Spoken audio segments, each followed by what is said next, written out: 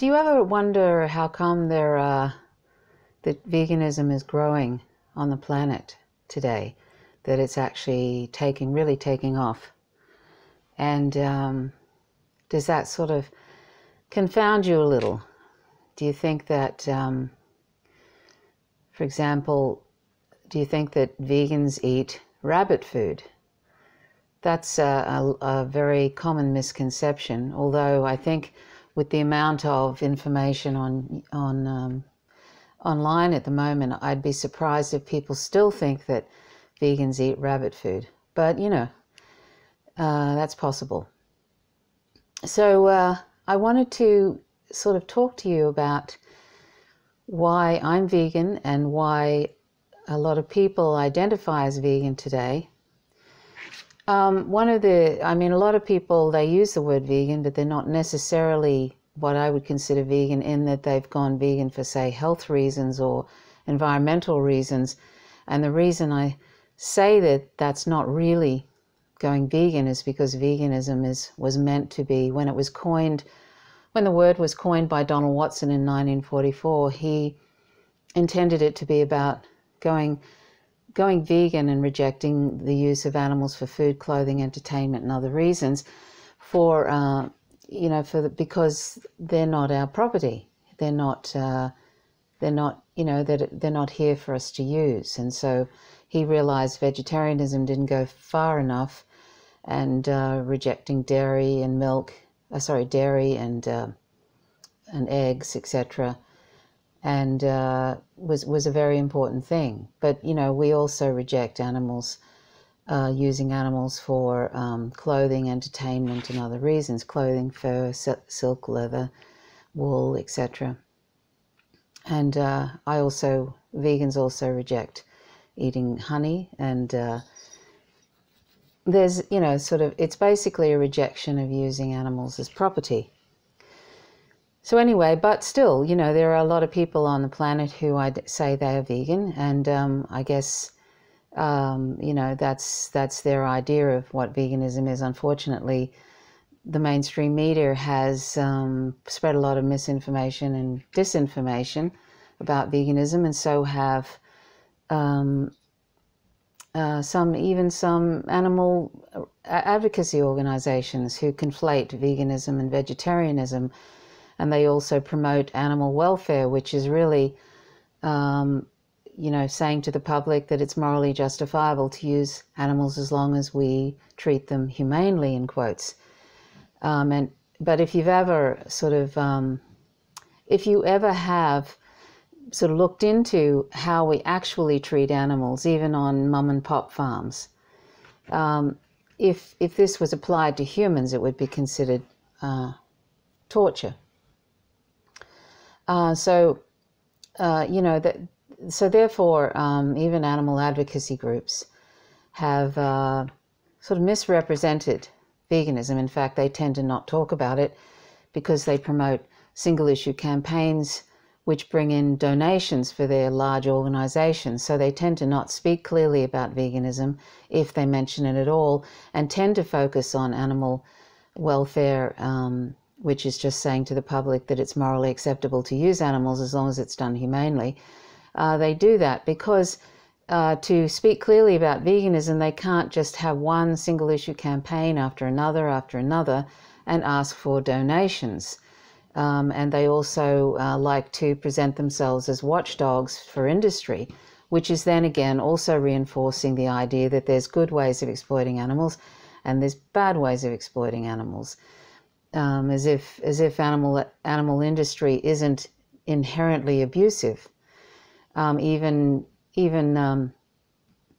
groups, advocacy groups that see themselves as sort of more radical than that, like, for example, Direct Action Everywhere, groups like that, they're actually putting out this idea that there are good ways to exploit animals and bad ways to exploit them by the very fact that they go into these farms like suppliers of whole foods, and they bring out animals who are looking very weak, and they go look that Whole Foods isn't living up to their humane labels, their humane standards. that's really not the message that animal advocates who are vegan should be putting out to the public. Any animal advocate, if you claim to be an animal advocate, then you should be, you can't be an animal advocate. You can't say you are and not be vegan. A lot of people, there's been some people who argue with me, and one person got very upset with me and, thought it was outrageous that I made that statement. But I mean, it's a little bit like saying I'm a human rights advocate and yet I own human slaves. That's exactly what it's like if you say I'm an animal advocate, but I'm not vegan. Because if you're saying you're an animal advocate and you're not vegan, you're actually participating in animal slavery, because you're eating animal products and those products came from enslaved non-human sentient beings. So anyway, I'm getting off the track here, but animal advocacy organizations confuse the idea of veganism.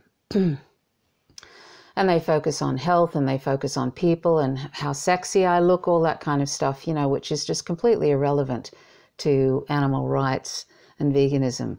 Somehow we tend to make everything about ourselves as people, as humans. We tend to, even when we say we're working for animal advocacy, we're still making it all about ourselves. So anyway, that's unfortunate, but that's just how speciesist we are, and it's just a really unfortunate thing. But anyway, so I'm getting back to the topic of why so many people are becoming vegan today. I think that particularly younger people now, they probably seen enough online, and they probably heard enough that they realize that not only is it incredibly cruel and unjust to be using animals like this, they're sentient beings, but it's also destroying the environment. And if you've seen this incredible report recently that went to 40,000 farms and did a farm-to-plate analysis of how destructive the animal industry is, and their conclusion is that, of course, this isn't an ethical thing about animals and the use of them. It's more about environment. But they came to the conclusion that avoiding meat and dairy was the single most important thing anybody could do to address climate change on the planet, more than not driving cars or anything like that. You'll see some people will post this particular thing by Dan Carrington was the last name of this person, Tim Carrington or something like that, where they're trying to put eating a plant-based diet way down on the list and not having children up the top. And the plant-based diet is number 5, and not having children at the top. Well, yes, not having children is a good thing, because you're not bringing somebody else into the world that's not only eating animal products and using animals, but they're also driving cars and doing all the things, creating lots of rubbish, and basically contributing greatly to sort of climate change. But the thing is that unfortunately, not everybody's going to stop having children, but everybody can stop consuming animal products. Everybody can do that. And there's been this incredible information that if animal agriculture stopped today, there'd be I think it's China, Australia, and the US and the European Union, that large swathe of land would be available to grow plants for us to eat. But even without all of that, we'd still have enough to feed the planet, even without that land and using it to grow plants. So in fact, we're actually starving children and starving people, and destroying the planet, destroying rainforests and acidification of the ocean, and just a huge list of things that we're doing that is just so devastating. But the most important thing that we're doing is torturing and killing 1 trillion, it's probably much more than that, but 1 trillion land and aquatic animals every year. It's probably more like, for the aquatic animals is a huge amount. That could probably be 1 trillion or more, 2 trillion in itself every year. That's tremendous violence. We kill more sentient non-human animals in 4 days than all humans killed in wars, plagues, homicides, genocides, etc., in the history of the planet. That's, in 4 days. And just today, we torture and kill 180 million chickens who are all sentient, who all loved life just like we do and did not want to die, and they died in the most horrific way, and all for some of our taste pleasures, basically, because we don't need animal products to survive. We can easily meet all our nutrition requirements from plants and other non-animal sources, but the only reason we're actually eating them is because we think they taste good, and that's morally unjustifiable. So this is just one species, because there's like 200 million or something animals every single day, 200 million plus, are tortured and killed every single day. That's a conservative estimate, just because we've decided that they are lesser because they're another species. And this otherization, I say this often, is sort of something we do to humans. We otherize humans, we target them, and then they're targets of violence. And that's what we've done to non-human animals. We've otherized them to the point where we've decided in our head, this is not reality, but in our head we've decided they're resources and property simply because they're another species. And this is what we do to humans. We do this to humans. We decide, sometimes our governments decide, I want to invade that country because I want their resources. So then they start through the mainstream media vilifying a certain group because they want to invade their country. And eventually a lot of people start jumping on board with the racism and the xenophobia, and the next thing you know, everything is ripe for an invasion of that country. And we do that over and over again, and that's how dangerous otherization is. We do that to people, we do that to women, we do that to trans people, we do that to the LGBTIQA community in general. We do that to so many different minority groups, vulnerable groups, simply because that suited us at the time. And we ongoing do this to non-human animals, and there's been trillions upon trillions upon trillions upon trillions of non-human animals who've been tortured and who have been killed for no good reason except for taste pleasure, because we really do not need animal products at all to survive. And there's the plant-based options that we can have are absolutely delicious. They're absolutely delicious, and it's much better for us health-wise. And I invite you to check out nutritionfacts.org. That's at nutritionfacts.org. There's a little feline on the other side of the window here wanting to come in, and normally I would run out and let her come in, but I'd like to finish this first.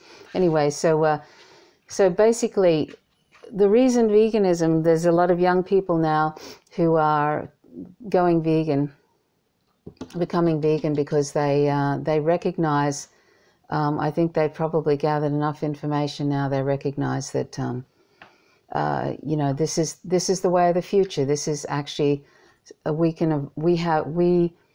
must evolve. We must evolve firstly and become a non-violent species.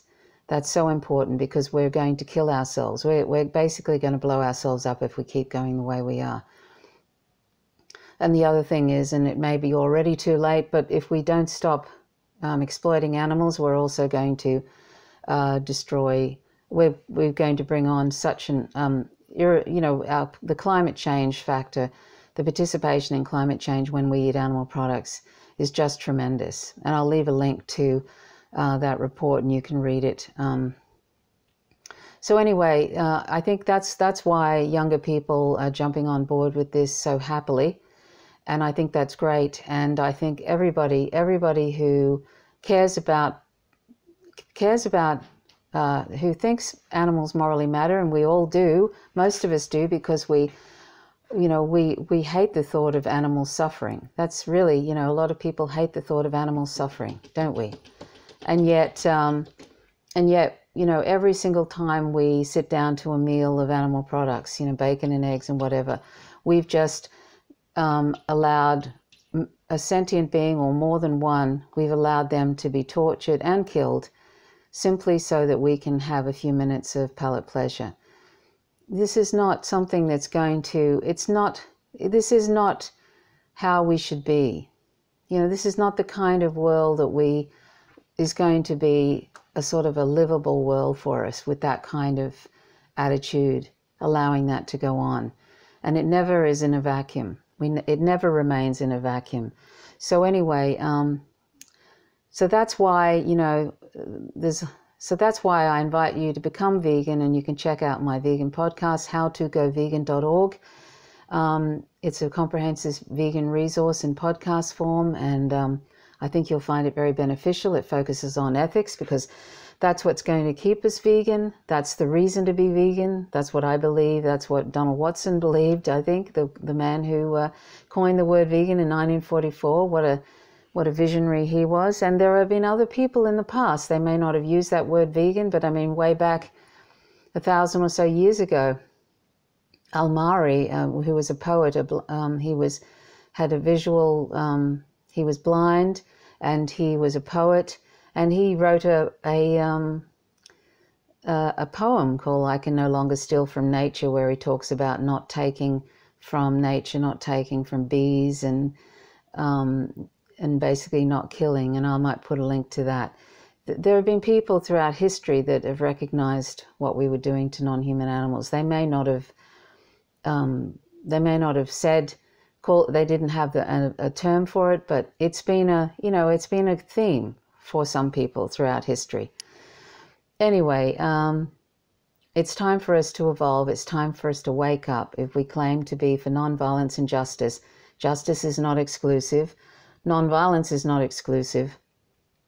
And we don't have to put these 200 million plus sentient animals through hell every day. We can withdraw our participation in this terrible exploitation and violence and killing right now by becoming vegan and refusing to exploit the vulnerable. So please consider going vegan. It'll be one of the best decisions you make in your life. I mean that. You probably don't think it will be, but it will be. It certainly was for me. I've been vegan now for 13 years. It's one of the best decisions I've made in my life. I wish that the only regret I have is that I didn't become vegan sooner. So please go vegan. Okay, so that's really all I wanted to say. I sort of meandered as usual. And, you know, and just remember that this indoctrination is so powerful.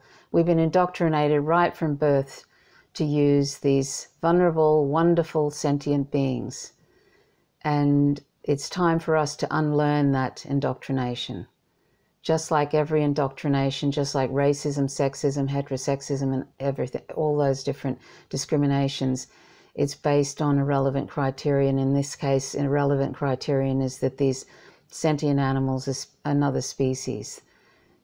It doesn't matter that they're another species, they're sentient. That's all that matters, and we need to include them in the moral community and stop using them. Okay, thanks very much for watching. My name's Trish Roberts. You're watching Faint Signals from Vega. Please subscribe to my YouTube channel at Vegantrove, Vegantrove, and please click that little bell beside the subscribe button, because if you don't, you won't get notifications about the latest uploads of live streams, blogs, etc. And I've joined Instagram, so you're welcome to join me on Instagram. Occasionally I might do short videos there and post photos, and it's at Vegantrove on Instagram. Okay, thanks for watching. Bye for now.